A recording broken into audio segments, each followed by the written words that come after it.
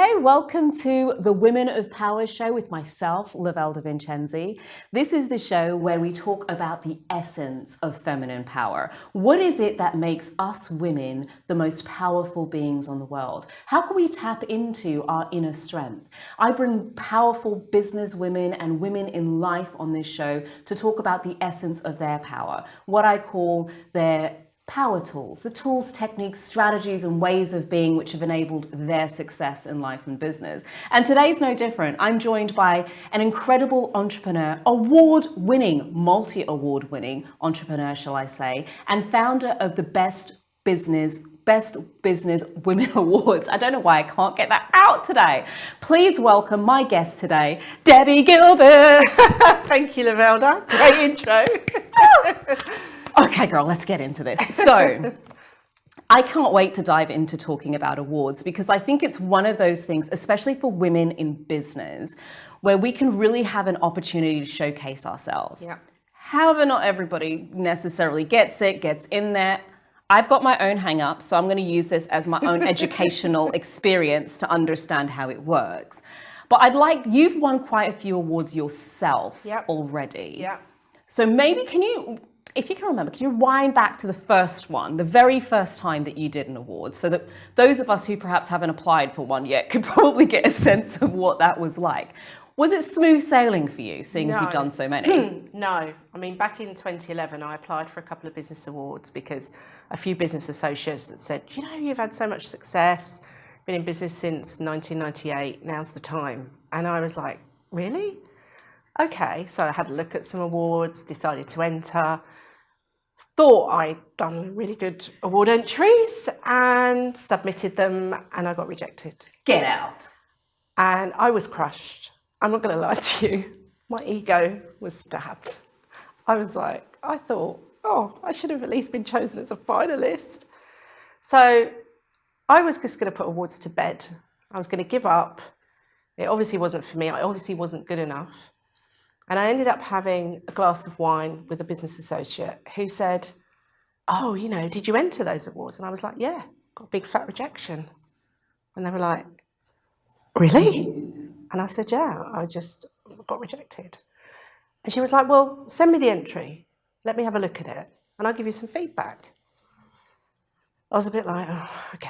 So I emailed it to her. And then the next day she called me up and she was like, you missed out so much. And just the things I know about you and the work that you've done. There's nothing about this. There's nothing about that. She came up with lots of examples. So she said, my advice is to have a stab next year. Dust yourself off. Go back through that entry. Put in more key metrics. Put in some of the charity work you do. Put in more client testimonials, more case studies and things like that. You just didn't put enough. You were short of vital information.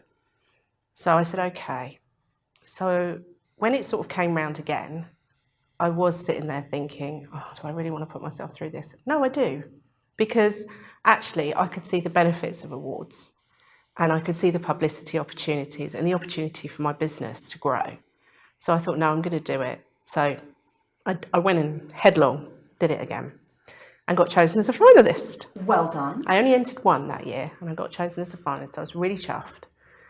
And went along to the final. There was about 350 people there. It's a big posh hotel, all glammed up. And when I got to, the table plan and where was I, and walked into the room and I'd brought a few of my team and my husband, and we were right at the very back, literally. This room was massive and we were at the back. And I thought, I haven't won. But it's nice to be here. I was happy to be a finalist.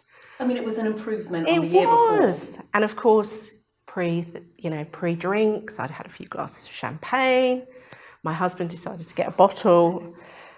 And we sat at the table. We should just have some fun. Yeah. And I was chatting to some of the people on our table, the big tables of 12, I think they were, or 10.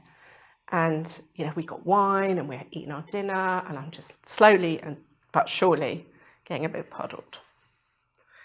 And I knew a few other finalists there that night and we were like cheering when they started announcing everyone, and then it got to my category. So, they call out your name, which is great publicity, isn't it? And we were like cheering on our table. And I was just, I think at one point sort of distracted when they said, and the winner is, and I missed the winner is. I didn't hear them call my name. And my husband is literally like tugging me, saying, they've just called your name, they've just called your name. And I was like, what?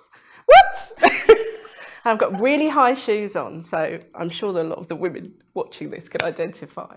Really high shoes on, the room is jam-packed, and I've got to make my way somehow. Your wobbly way. My wobbly way to the front of the stage. So I got on the stage, and I honestly was in a bit of a daze. I was like, oh my God, because the lights are going, I've got all this music going, you know, spotlights are whizzing around you, everyone's cheering, the people that I knew that were there had stood up. And I was a bit like, oh my God. So I get on stage, accept my award and my certificate, and then you have to turn around to the cameras and have your picture taken. And I had my certificate wrong way. Get out, you did not. I did. And the photographer didn't pick up on it, unfortunately. So when I got the photographs afterwards, I've just got the back of the certificate, you know, photo frame, and my lovely award. And then they take you off to be interviewed. And that interview is still on YouTube, so you can go and look it up. And I got interviewed, I think it was the local newspaper or something, because these were Hertfordshire-based awards. And they siphoned you off for this interview, and I had to compose myself and kind of think, right, okay. And you can tell I've had a few drinks, it's not too bad. But that was the snowball for then. I kind of got an appetite for it and saw the business benefits of it. And then went on to win, I've won 7 awards in total. Wow. Now. One is a national award, which I'm extremely proud of, from 2018, the SME National Awards. I've won an East of England Business Award, several county awards, and some local awards, which are lovely, where people have nominated me, and that's amazing. And I suppose I can really, really see how much this has benefited me over the years, but I just had to get over myself.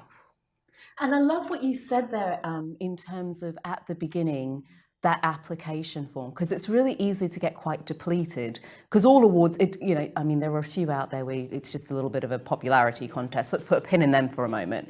But we're talking about those awards that are the bigger ones in your category, and they tend to have quite comprehensive forms, and often we can just forget what we've done. You know, you host an awards yourself as well, so how do you find that with women applying, in terms of, is it the application? Let's say they first get over themselves to apply, that's another story. I haven't applied yet, y'all, okay? Let's just say we get over ourselves and make the application. Are there any key things that you see people do a lot of the time that just, well, they're not doing themselves justice? Yes. So when I set up my own awards in 2015, it was because I wanted to see more women on those stages, a little bit like you with the speaker association that you run. I wanted to see more women. What I'd noticed at business awards, there weren't many women that were finalists. Why was that? So I started asking around in my business circles, and a lot of women were like, well, I don't feel I'm good enough. And I'm like, hell, you're good enough. You've done so much. What are you saying to me? So I thought, you know what? Why don't I set up my own national awards? Let's see these women get recognised for the immense achievements that they've made. So that was so interesting for me to be on the other side, to see the entries come in. It's very interesting what you've said, because that made me realise how many people do themselves a disservice. They don't read the questions properly. They don't submit enough evidence. They don't showcase their achievements to the level that they should.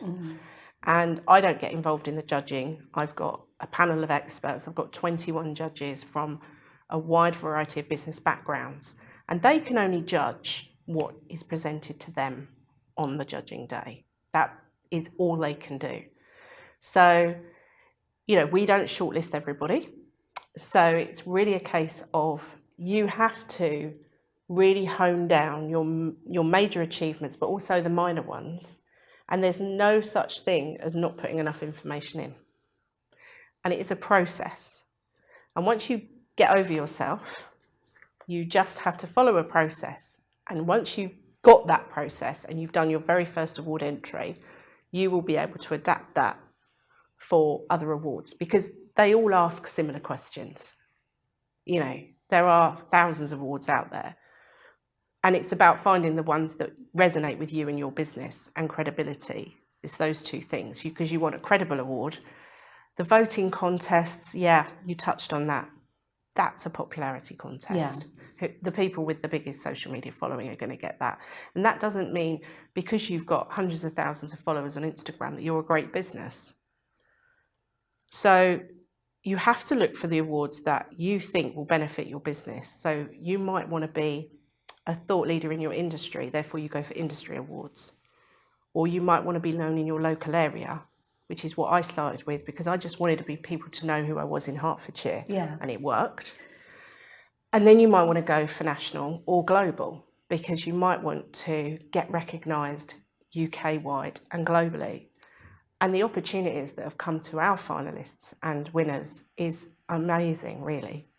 Just because they've won an award, you are then on the radar of journalists, podcast interviewers, TV companies, radio shows. People want to interview people who've won awards. I mean, it's really interesting because I think sometimes people are pushing so hard to get the publicity. I want to get on a TV show, I want to get on a podcast. And it's interesting that and the stuff that you shared anyway, in terms of getting onto those platforms, knowing what you're about, knowing what those key things are.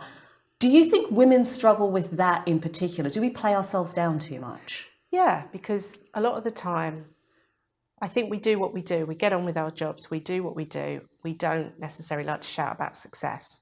And I've had people call me up and say, I want to enter your awards, but am I filling this in myself? And I'm like, yeah. And they're like, oh, well, I was just going to see if somebody would nominate me. I said, well, we don't do nominations. If you want someone to give you a testimonial or a case study, then that goes into your entry. But this is a business competition. So you have to give us facts and figures and information about your business that only you would know. So we don't do nominations for that reason. And you've got to put yourself out there. And the information that you gather together for your award entry, you can use in other parts of your business. You can use it in your marketing materials and on your website. So I think women don't like to see themselves as someone who is bragging, almost. I mean, there are a few that do, but in the main, they don't. But actually, once they understand the process and they get over themselves, then I've had so much over the years feedback with people saying to me, I listened to you talking about awards. I suddenly thought, gosh, I should be doing this. Or they've said to me, they've always had it on the back burner because it seemed very scary. And they've got over themselves and they've done it, and they've become a winner or a finalist, and it's changed their life. And it sounds bizarre to say that, but even one award can change your life. I love what you said there about how it can be integrated and used in so many other parts of your business. It sounds like doing an award application is almost like a marketing PR activity in itself. Yeah. In just going through that activity of being able to remember what are my key achievements? Because often I find with speakers as well that juicy bio that really captivates somebody's attention. When we're often searching for something we don't have. Oh, I'm not multi-award winning. I don't have 50 million followers on Instagram or Twitter or any of those other sorts of platforms. But we've all got something, haven't we? Absolutely. And this is a 360-degree review of your business. This is the opportunity to step back, because you may not have done that since you started your business. We get so caught up in the day-to-day. So this is an opportunity to reflect on everything. Reflect on your processes, look at who your competitors are, really start to get underneath your growth. How have you grown? And, as you kind of unfold this story, you suddenly think, wow, yeah, actually, I've achieved quite a lot here. And you can then use that information in some ways. Some award entries that I've done, I start to think, oh, do you know what? My competitor's doing that. I need to be doing more of that. Or that's a process that I need to address. So it highlights things for you that you probably have overlooked. And I sort of recommend that people have a success folder on their desktop. And, if you get a little pieces of PR along the way, or you get really, great clients, good testimonials. You just drop little notes into that folder. So when you come to do your reward entries, you've got some stuff that you can go and look at to pull into your entry. Oh, that is a top tip. I don't think that's just for awards, though. I think it's useful to have anyway, yes. Just in terms of showcasing the best version of ourselves and getting comfortable with, the way I describe it, I'm like, it's almost as if I had a house and I put the best room in the house right at the back and I made you walk through the crappy rooms to get to it. To see if you'll ever get to the back of the house where it's glamorous. But, why would you start doing the house up from the back? You do it up from the front, right? And then you as you catch up as people do, right? So I don't think it's necessarily a bad activity in and of itself. If that's the only thing you do, ladies, if the only thing you do at the end of watching this program is literally sit down and start to pull together that success, absolutely, that success show. I think each month when you do your accounts, hopefully you're all doing your accounts every month if you run a business. Just spend half an hour going over the month, the successes, the things that happened, and keep them almost like a little online diary. Because when you come to do an award entry, you will then have all that information you can touch on. And there will be things that you forgot, that you just don't, we do this stuff day to day. There's things there that you forget about. And that's so important. Big wins that you forget about, or you were just busy at the time, so you've skimmed past it. I also just think it's awesome to have it for when you're having a bad day. It is. And I was about to say that. You took the words out of my mouth, because sometimes you can have, obviously this year's been pretty tough. And, to be able to go back, I have my awards. So my office looks out. So I've got a window, my desk looks out. So I've got a window there. And all my trophies are sat on the windowsill. And I see them every day. So when I get a bad day, I look at all of that and I think, I've done all right. I've done all right. I've done all right. It's good. It's good. So this is the Women of Power show.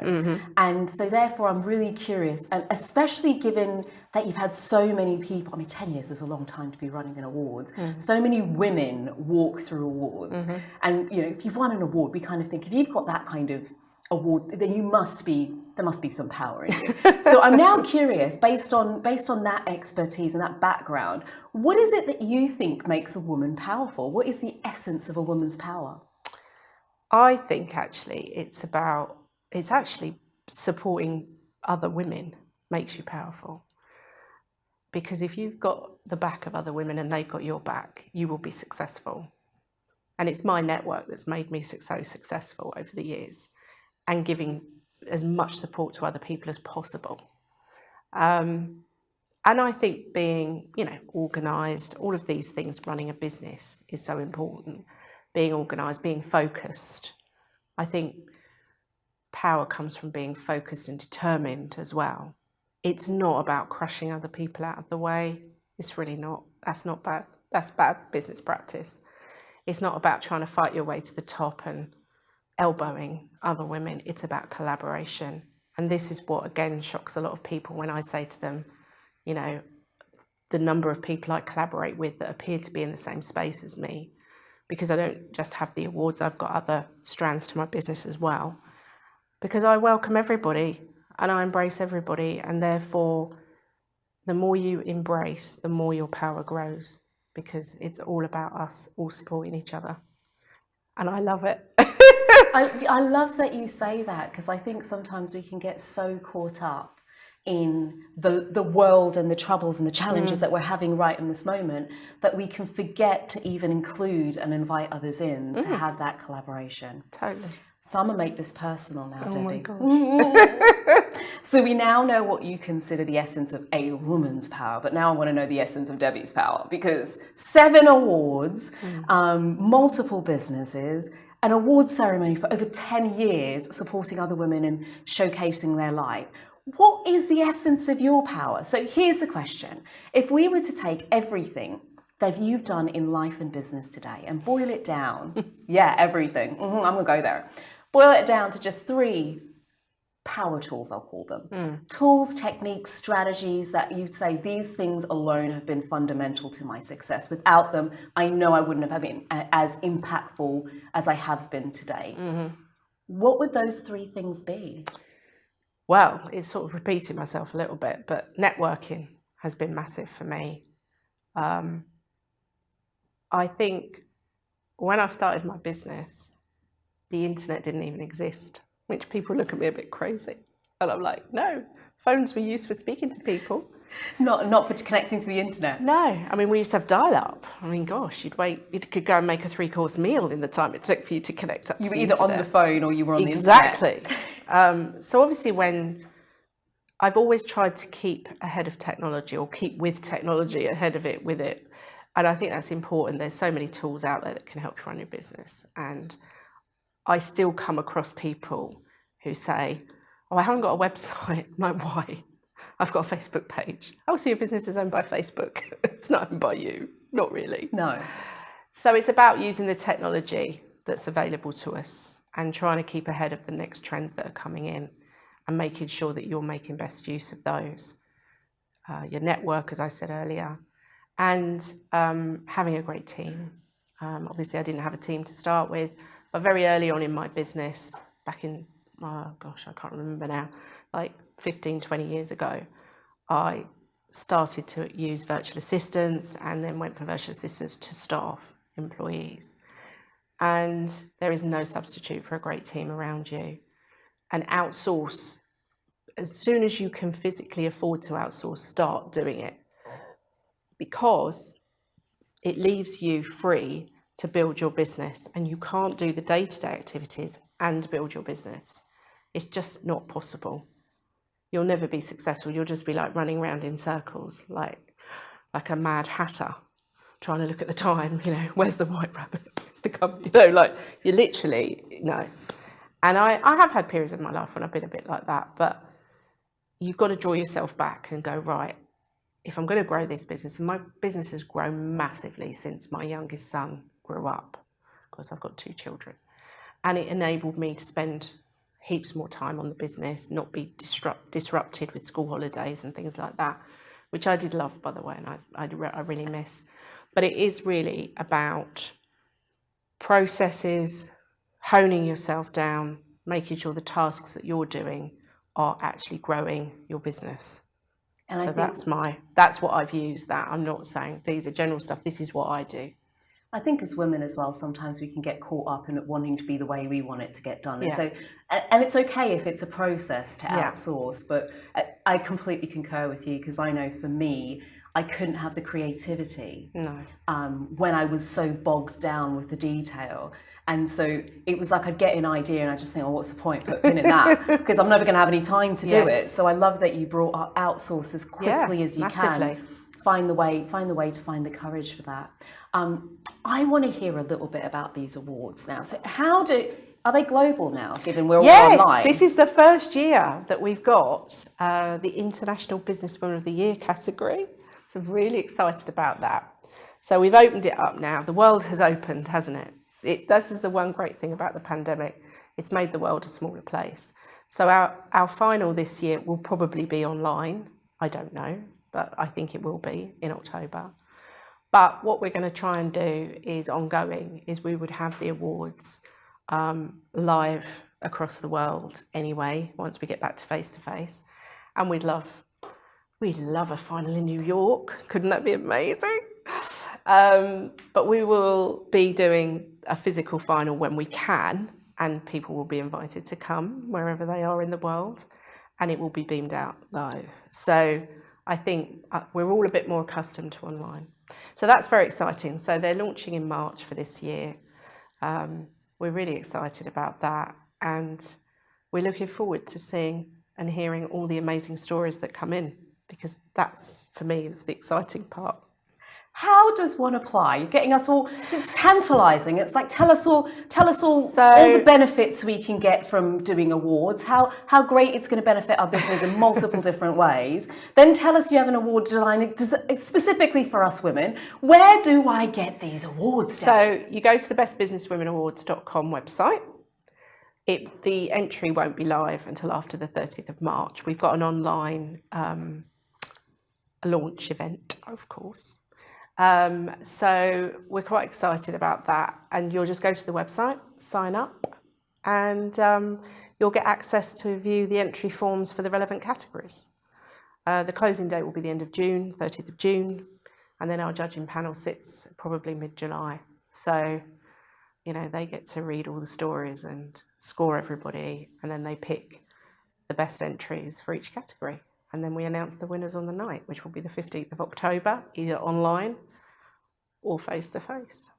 Get on those keyboards and apply. I know you do some stuff as well, helping people with applications Yes. and learning how to apply. So Yeah. for those people who perhaps they're quite excited, but they're now, it's piqued their interest, but they want to put a pin in it because they're thinking the application is going to be quite difficult. So how does somebody get in touch with you to find out more about those sorts of Through details? the website.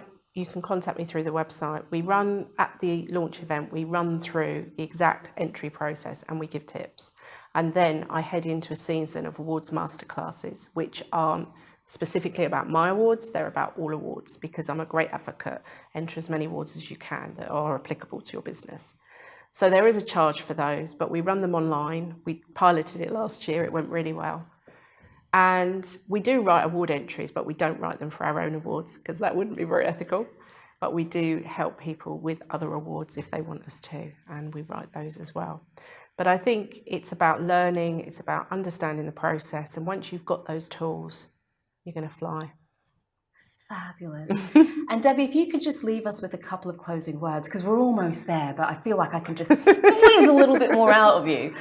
So in about 30 seconds or less, if you just had one thing to tell women who are maybe still a little bit on the fence about awards, what would that be?